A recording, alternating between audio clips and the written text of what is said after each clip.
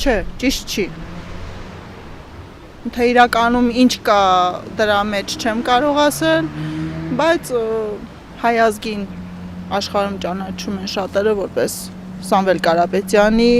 ազգակիցներ, երկրացիներ, այսպես։ Եկացին օրենքներից, Իրանից ուժեղին միշտ ուզում են գցացել են։ Ով տենց արավ, Նիկոլը։ Նիկոլին տվեք այդ հարցնասեք խի է տենց արիր այդ տողոն։ Խի քիչ է օգնություններ ցույց տվել Հայաստանին։